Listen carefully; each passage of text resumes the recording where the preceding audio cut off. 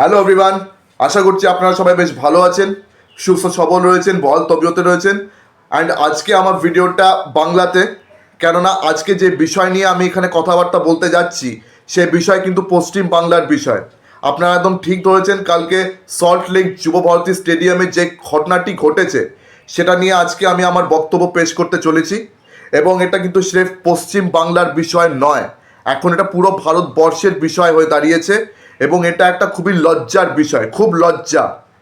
মানে 13ই ডিসেম্বর পশ্চিম বাংলার জন্য শুধু না, পুরো ভারতবর্ষের জন্য একটা খুবই লজ্জার দিন হয়ে দাঁড়িয়েছে।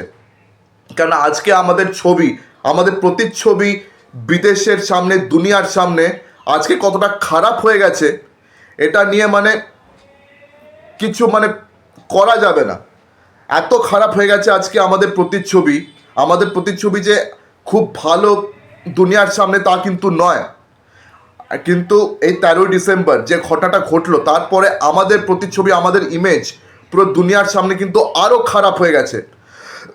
এতটাই নিম্নমানে নেমে গেছে যে আমাদের কাছে কোনো জো নেই যে আমরা তাদের সামনে মাথা তুলে দাঁড়াতে পারবো।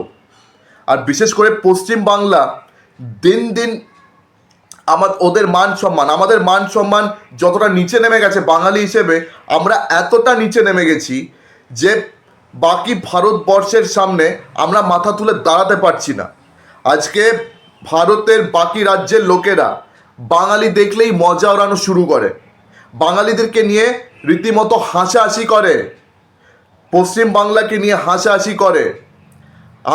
আমরা সবাই বাঙালি, আমাদের জাতকে নিয়ে অবধি আজকে বাইরের রাজ্যের লোকেরা হাসাহাসি করছে। এতটা লজ্জার বিষয় আমাদের জন্য। তার উপরে 13ই ডিসেম্বর এত বাজে একটা ঘটনা ঘটেছে। তো আপনারা সবাই জানেন যে লিওনেল মেসি এবং তার আরও কিছু আর্জেন্টিনার সতীর্থদেরকে আমাদের ইন্ডিয়াতে গোল্ড ট্যুরের জন্য আমন্ত্রিত করা হয়েছে। তো তাদের প্রথম লোকেশন ছিল এই যুব ভারতী স্টেডিয়াম, কলকাতা। তারপরে তাদের অনেকগুলো শহরে যাওয়ার কথা, হায়দ্রাবাদ, মুম্বাই, তারপরে শেষে দিল্লিতেও নরেন্দ্র মোদীর সঙ্গে দেখা সাক্ষাৎ হওয়ার কথা। তো অনেক জল্পনা উঠছে যে সেখানে হয়তো বিরাট কোহলি, অনুষ্কা শর্মার সাথেও ওদের দেখা হতে পারে। এখন দেখা যাক এই জল্পনা বিরাট কোহলির সঙ্গে দেখা হওয়া না হওয়ার এটা কতটা সত্যি বা মিথ্যে। এটা সত্যি হতেও পারে, না হতে পারে, কিন্তু হ্যাঁ, নরেন্দ্র মোদী যে দিল্লিতে আসবেন, দেখা সাক্ষাৎ করবেন, এটা নিয়ে কিন্তু এখন থেকেই প্রচুর কথাবার্তা উঠছে। তো যুব ভারতী ঘটনাটা নিয়ে বলি।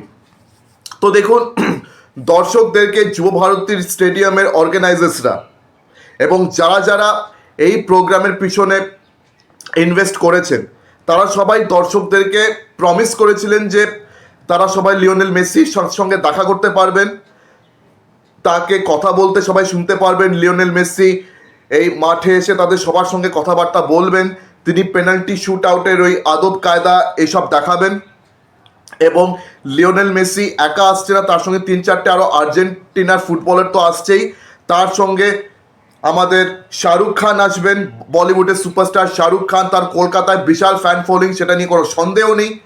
আবার তার সঙ্গে আসবেন সৌরভ গাঙ্গুলি এবং আমাদের মমতা দিদি, শুভশ্রী দিদি এবং আরও কিছু টিএমসির দাদা দিদিরা। তো এই কথা ছিল, কিন্তু দর্শকদের উন্মাদনা এই সৌরভ গাঙ্গুলি, শাহরুখ খান বা এসব মমতা দিদি দাদা এদেরকে নিয়ে ছিল না, তাদের উন্মাদনা ছিল লিওনেল মেসিকে নিয়ে। বিকজ লিওনেল মেসি আজকের দিনে সে দুনিয়ার সামনে তার কি প্রতিচ্ছবি, সে কত বড় যে আইকন বিশ্ব ফুটবলের, সেটা নিয়ে আমার এখানে কথা বলবার কোনো দরকার নেই। সেটা পুরো দুনিয়া জানে, আমরা জানি, আপনারা জানেন। তো সেটা নিয়ে আলাদা করে কোনো কথা বলছি না। তো তাকে দেখার জন্য দর্শকরা পাগল ছিল। তো তার সঙ্গে দেখা পাওয়ার জন্য দর্শকরা অনেক দিন ধরে টাকা পয়সা জমিয়ে, ঠিক আছে, 12 থেকে 20 হাজার অবধি খরচা করেছে টিকিট পাওয়ার জন্য। মানে মিনিমাম প্রাইস ছিল 5,000 আর ম্যাক্সিমাম প্রাইস 18 থেকে 20 হাজার অবধি উঠে গেছে। অনেকে বলছে আবার 12,000 নাকি দিয়েছে, কিন্তু কিছু জল্পনা শুনলাম যে 18,000ও কেউ কেউ দিয়েছে, 20,000 কেউ কেউ দিয়েছে, শুধু এই ফুটবলের ভগবানের দর্শন পাওয়ার জন্য। অনেক বছর আগে সিপিএমের আমলে ডিয়েগো মারাডোনা কলকাতায় দর্শন দিতে এসেছিলেন, আর তখন প্রত্যেকটা দর্শক তার দেখা পেয়েছিলেন। এবং তিনি প্রত্যেকটা দর্শকের সামনে পেনাল্টি শুট আউটের আদব কায়দা অবধি দেখিয়েছিলেন। তো এবারে আমাদের টিএমসি সরকার এবং বাকি যারা অর্গানাইজার্স তারা এই প্রতিশ্রুতি আমাদের সবাইকে দিয়েছিল যে আবার লিওনেল মেসির তরফ থেকে আমরা এই ধরনেরই কিছু জিনিসপত্র দেখতে পাবো এবং তিনি আমাদের সবার সঙ্গে কথাবার্তা বলবেন স্টেজে উঠে। কিন্তু এগুলোর মধ্যে একটাও জিনিস হয়নি। কালকে যেটা ঘটেছে সেটাকে স্ক্যাম বলে, স্ক্যাম। ধাপ্পা দেওয়া হয়েছে সবাইকে। মানে মেসি ঢুকে মানে 15-20 মিনিট অবধি ঠিক করে দাঁড়ায়নি, আর যতটুকুন তিনি এখানে এসে দাঁড়িয়েছেন ভিআইপি দিয়ে তিনি ঘেরাও ছিলেন। টিএমসির দাদা দিদিরা ঘিরেছিলেন, তাছাড়া শাহরুখ খান, সৌরভ গাঙ্গুলি সবাই মিলে তাকে ঘিরে রেখেছিল এবং এমনকি শুভশ্রী দিদি তিনিও ঘিরে রেখেছিলেন। আর সবথেকে বড় কথা, এই ভিআইপির যত পরিবার স্বজন তারা মিলে মেসির সাথে ফটো তুললো, ভিআইপি সেলফি তুললো, তার সঙ্গে কথাবার্তা বলে গেল, কিন্তু দর্শকরা তারা মেসির দেখা অবধি পেল না। দর্শকরা যে জিনিসের জন্য 12,000-20,000 খরচা করে এসেছিল মাঠে, তারা মেসির দেখা সাক্ষাৎ কিচ্ছু পেল না। যা দেখা সাক্ষাৎ পাওয়ার কেবল ভিআইপিরা পেল। মানে শাহরুখ খানের ছেলেমেয়েরা ফটো তোলাচ্ছে, ওখানে শাহরুখ খান কি রিয়াকশন দিচ্ছে, শাহরুখ খানের কত খুশি হয়েছে এই নিয়ে চর্চা হচ্ছে, বা শুভশ্রী গাঙ্গুলি কতটা খুশি হয়েছেন, সৌরভ গাঙ্গুলিরা কতটা খুশি হয়েছেন এই নিয়ে চর্চা হচ্ছে। কিন্তু এই যে দর্শকরা তারা যে এত টাকা খরচা করে এখানে এসছে, সেটার বেলা কি ভিআইপিরা তো একটা পয়সাও খরচা করেনি মেসির সঙ্গে দেখা করার জন্য। কিন্তু এই সাধারণ দর্শক তারা কিন্তু স্রেফ আমাদের শহরের নয়, অনেকে মুম্বাই থেকে এসছে, অনেকে ব্যাঙ্গালোর থেকে এসছে, মানে বিভিন্ন রাজ্য বিভিন্ন শহর থেকে তারা আমাদের এখানে যুব ভারতীতে এসছিলেন এই ফুটবলে ভগবানের সাথে দেখা করার জন্য। তারা কত টাকা খরচা করে, মানে তাদের জমা পুঞ্জি, তাদের সেভিংস, গাটের টাকা সব কিছু খরচা করে তারা গেল লিওনেল মেসির সাথে দেখা করতে, কিন্তু তারা দেখা সাক্ষাৎ কিচ্ছু পেল না, পুরো ধাপ্পা। আর সেই কারণে দর্শকরা মহাখাপ্পা হয়ে ভাঙচুর করেছে যুব ভারতী স্টেডিয়ামে, মানে ভাঙচুর করে যাচ্ছে তাই অবস্থা করে দিয়েছে। আজকে প্রত্যেকটা দর্শক টাকা পয়সা ফেরত চাইছে, কেন ওদের সঙ্গে যে অন্যায়টা হয়েছে তাদের পুরো অধিকার আছে টাকা পয়সা ফেরত চাওয়ার। এবং আমিও ধিক্কার জানাই এই ঘটনাকে, এবং আমারও এটাই দাবি যে আপনারা যারা যারা দর্শকদেরকে বোকা বানিয়ে টাকা নিয়েছেন সে টাকাগুলো দর্শকদেরকে দয়া করে ফেরত দিন। কেননা এই ঘটনার পিছনে আমাদের তৃণমূল তোলামূল সরকার রয়েছেন। পরের বছর 2026-এ ইলেকশনস আসছে, তো ইলেকশনের জন্য এখন থেকেই সব গাটে টাকা ঢুকিয়ে ওই ফান্ড তৈরি করা এখন থেকেই শুরু হয়ে গেছে। আর এখন থেকে আপনারা দেখছেন রাস্তায় সিভিক ভলেন্টিয়ার্সরা ওই 5,000-10,000 করে টাকা ফাইন চাইছে ওই ট্রাফিক সিগন্যালগুলোতে, দেখতেই পাচ্ছেন। তো এখন থেকে তৃণমূল সরকারের এই তোলাবাজি চালু হয়ে গেছে, কেননা এরাই কিন্তু এসবের নেপথ্যে আছে।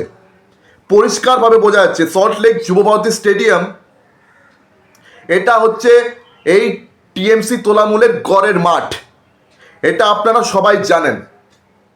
তো এবারে আপনারা প্যাটার্নটা বুঝে নিন যে দর্শকদের বোকা বানিয়ে কিভাবে টাকা তোলা হচ্ছে।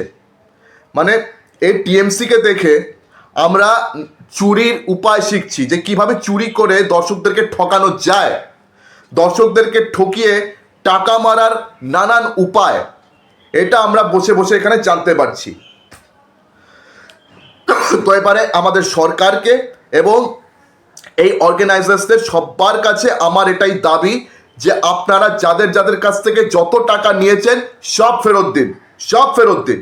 এই দর্শকদের বোকা বানিয়ে তাদেরকে নিজেদের ইশারায় দড়ি পরিয়ে নাচানো, এগুলো আপনারা বন্ধ করুন।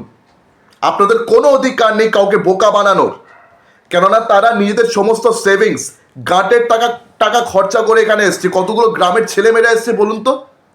একটা গ্রাম্য ছেলে মেয়ের জন্য 12,000-20,000 কত, ওই টাকাটার কত দাম তাদের কাছে, সেটা কি আপনারা বুঝতে পারছেন?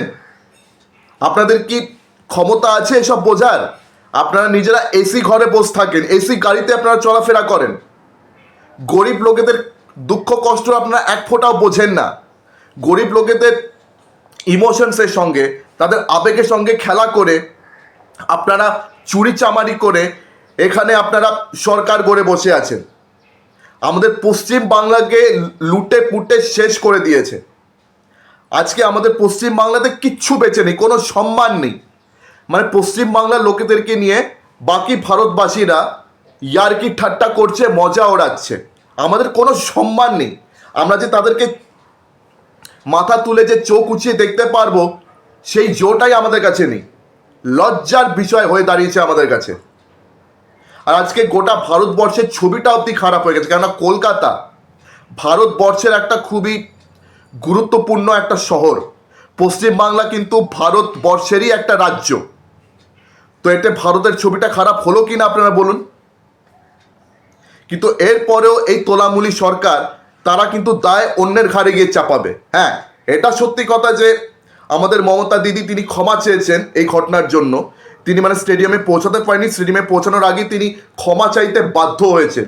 এর আগে অনেক ঘটনা পশ্চিমবঙ্গে ঘটে গেল, কিন্তু মমতা দিদির কাছ থেকে কোনো ক্ষমা চাওয়ার প্রশ্নই ওঠেনি। মানে ক্ষমা যে উনি চেয়েছেন সেটা আমরা কখনো জানতে পারিনি, মানে উনি কখনো ক্ষমা চাননি। কিন্তু এই ঘটনার জন্য ওনাকে ক্ষমা চাইতে হলো। আপনারা ভাবুন এটা কিন্তু কত বড় একটা স্ক্যাম, আর এতে ভারতবর্ষের ছবিটা কতটা খারাপ হয়েছে, কত বড় একটা ঘটনা। এরপর মমতা দিদিকে চাপে পড়ে ক্ষমা চাইতে হয়েছে। নইলে এর আগে পশ্চিমবঙ্গে অনেক ঘটনা ঘটেছে যার জন্য তিনি ক্ষমা চাননি, তিনি সবসময় সেই ঘটনাগুলোকে জাস্টিফাই করেছেন, গ্লোরিফাই করে গেছেন।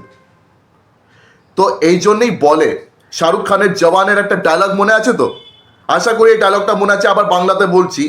মানে শাহরুখ খান যেখানে আর কি বলতে চাইলেন যে আপনারা না দেখে শুনে ভোট দেবেন। আপনারা যখন দোকানে গিয়ে কোনো জিনিস কেনেন আপনারা এত দরদাম করেন, আপনারা দাম নিয়ে কোয়ালিটি নিয়ে আপনারা এত সেখানে হাঙ্গামা করেন, দরদাম করেন, তো ভোট নিয়ে ওই কোয়ালিটি দরদাম এগুলো কোথায় যায়? তো এগুলো আপনারা ভোট নিয়ে করেন না কেন? দোকানে যখনই আপনারা কোনো জিনিসপত্র কিনতে যান আপনারা সবসময় এটা মেপে নেন যে জিনিসপত্র ঠিকঠাক আছে কি না, মাল পচা নেই তো, দাম ঠিকঠাক আছে তো, এগুলো আপনারা ঠিক করে দেখেন। কিন্তু ভোটের বেলায় এই দরদামগুলো কোথায় যায়? ভোটের বেলায় আপনাদেরকে সবসময় দেখে রাখতে হবে যে আপনারা ভোটটা কাকে দিচ্ছেন, আর যাকে ভোট দিচ্ছেন তিনি কি সেই ভোটের যোগ্য? যাকে ভোট দিচ্ছেন সে আপনার জন্য কি কোনো কাজ করছে? আপনার রাজ্য আপনার শহরকে উন্নত করার জন্য সে কি করতে পারে? এই প্রশ্নটা আপনারা দয়া করে তাকে করুন যে সে আপনার এলাকাকে উন্নত করার জন্য কি করতে পারে, সে আপনার জন্য কি করতে পারে। এই প্রশ্নগুলো দয়া করে তাদেরকে করুন যাদেরকে আপনারা ভোট দিচ্ছেন।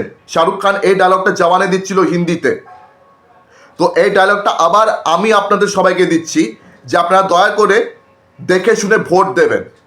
আর ভোট দেওয়ার সময়, ভোট দেওয়ার পরে, ভোট দেওয়ার আগে সবসময় এটা যাচাই করে নেবেন যে মানুষটিকে বা যে মানুষদের আপনারা ভোট দিচ্ছেন সে বা তারা আপনার জন্য কি করতে পারে, আপনার শহরের জন্য, আপনার রাজ্যের জন্য, আপনার এলাকার জন্য তারা কি করতে পারে, তার উন্নতির জন্য তারা কিভাবে সাহায্য করতে পারে, এটা তাদের কাছ থেকে যাচাই করে নেবেন।